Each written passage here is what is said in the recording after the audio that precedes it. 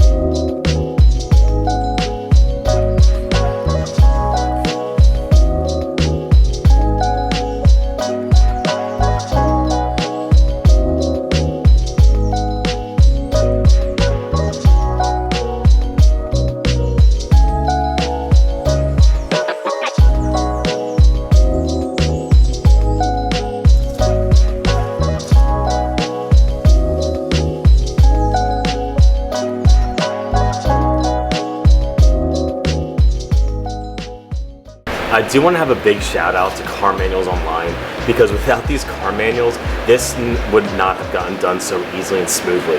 It is literally a service manual with every diagram, wiring, everything you could ever imagine in this little platform, and it makes working on cars so much easier, because instead of having to find videos in YouTube and Google it, you can just find it right there, and everything pops up of how the shop would actually do it, how long it should take, and it just makes it so much easier. So huge shout out to them.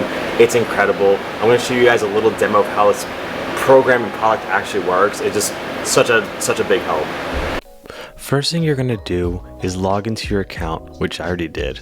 You're going to want to find the car you're repairing and make sure you click on that.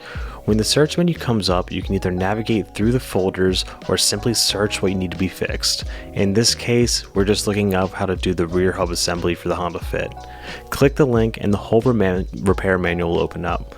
This will show everything you need to know, including all the tools for the repair, pictures for every single step, and even all the torque specs for each and every single bolt.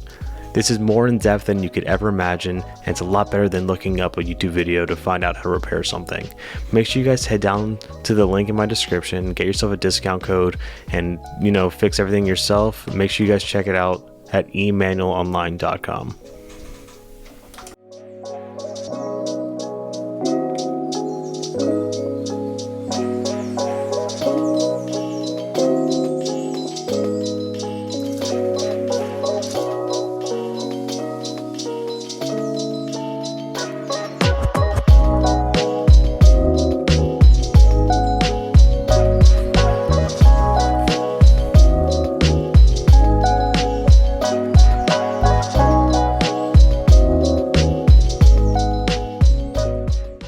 As it turns out, the old wheel bearing was actually broken, and there was a part that was not coming off, so I got it off by doing this little twisty method, but that was actually kind of scary because I got a little bit nervous there, but vice grips for the win.